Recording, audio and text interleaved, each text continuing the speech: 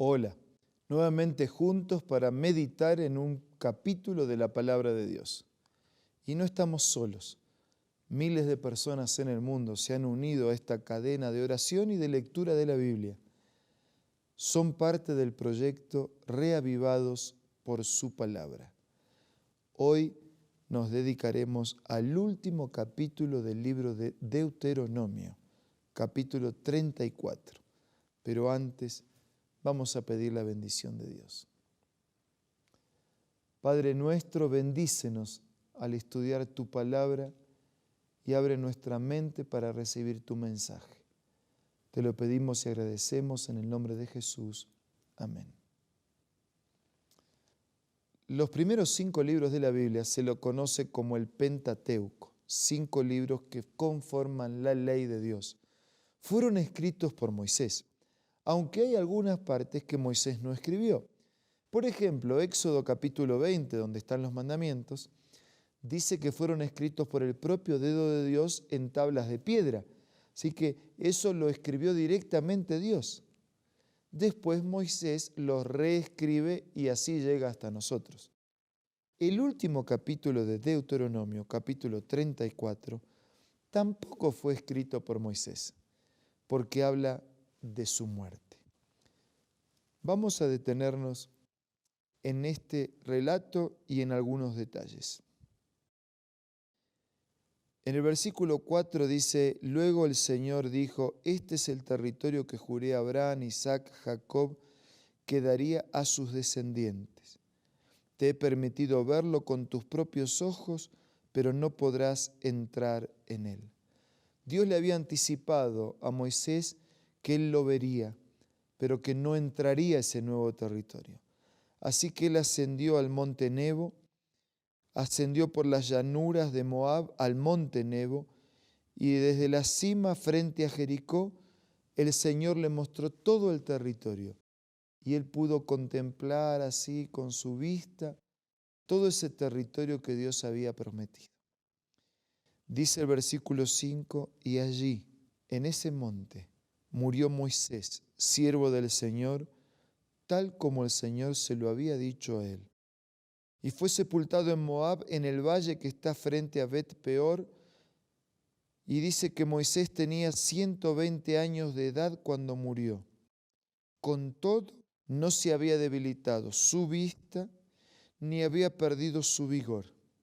Durante 30 días, conforme las costumbres de aquellos días, los israelitas lloraron a Moisés en las llanuras de Moab, guardando así el luto acostumbrado frente a la pérdida de un ser amado.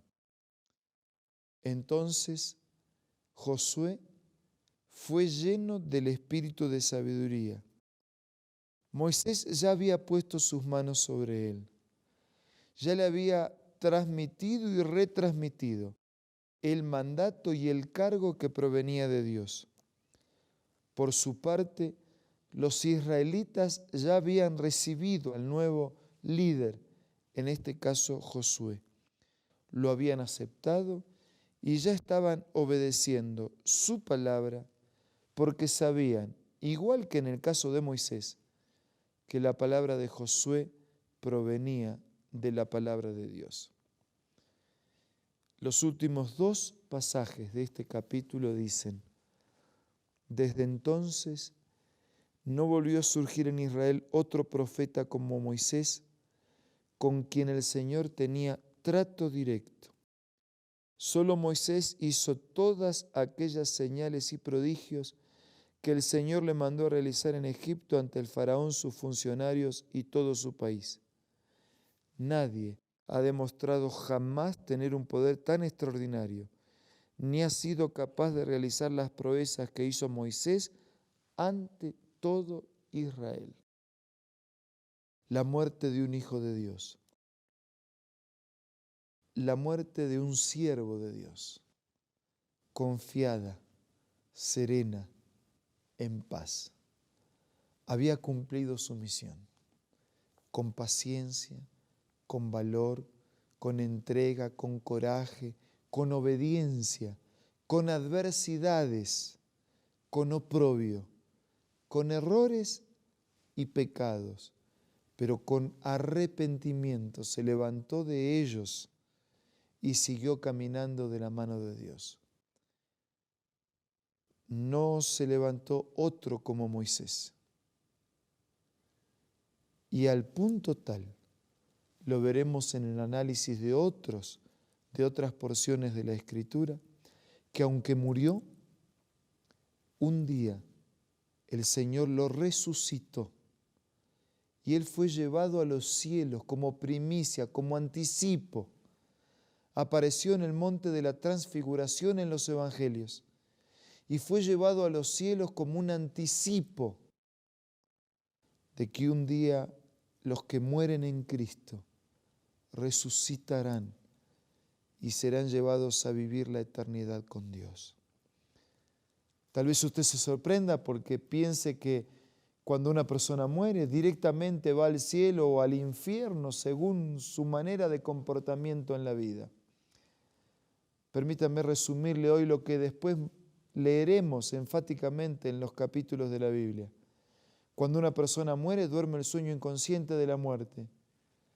Cuando una persona muere, se terminan todas sus actividades, buenas y malas, amor y odio. El cuerpo vuelve a la tierra que lo dio, la energía vuelve a Dios, quien dio la energía, la materia vuelve a la tierra de donde fue tomado, como en el origen. El aliento de vida, la energía, vuelve a Dios y el alma, ese ser vivo, deja de existir. La persona deja de existir hasta que Jesús regrese, se cumpla su palabra. Los evangelios dicen, no se sorprendan de esto. Llegará el día en que todos los que están en el sepulcro van a oír la voz de Dios. Los que hicieron lo bueno saldrán a resurrección de vida y los que hicieron lo malo saldrán a resurrección de condenación. Esto es también lo que dice el credo apostólico, hablando de Jesucristo sentado a la diestra de Dios Padre Todopoderoso y desde allí ha de venir a juzgar a los vivos y a los muertos. Un día todos los muertos oirán la voz de Dios.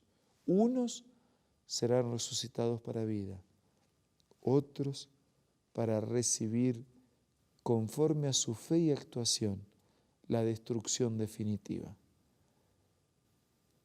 Moisés pasó por la muerte, pero como un anticipo, como una garantía de que Dios cumplirá su palabra y aún los muertos resucitarán. Moisés ya forma parte de las huestes del cielo. El final de un hijo de Dios no es la tumba ni el sepulcro. Allí es momentáneo. Tal vez usted sufra por la pérdida de un ser querido. El final de un hijo de Dios no es la muerte, es la resurrección para una vida nueva y definitiva. Por eso vamos a vivir como Dios lo indica, para si cuando Él regresa nos encuentre vivos, estemos listos para participar de su reino.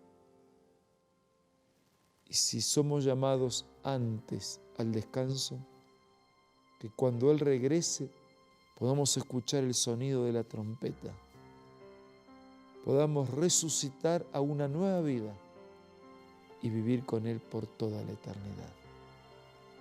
Ahora vamos a orar. Señor, te damos gracias por la inspiración que representan los escritos y la vida de Moisés, que con sus altibajos, errores y pecados, supo sobreponerse arrepentido, confiando su vida en tus manos y viviendo una digna vida de un hijo tuyo. Te damos gracias porque aunque murió, conforme a tu palabra ya fue resucitado, para evidenciar que lo mismo acontecerá con todos los que te aman y te siguen. Danos hoy fuerza para vivir conforme a tu voluntad. Fortaleza si lloramos la pérdida de aquellos seres que ya no tenemos.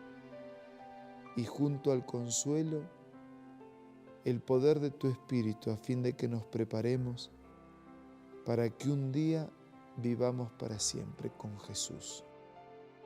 Te pido y te agradezco todo en el nombre del Señor. Amén.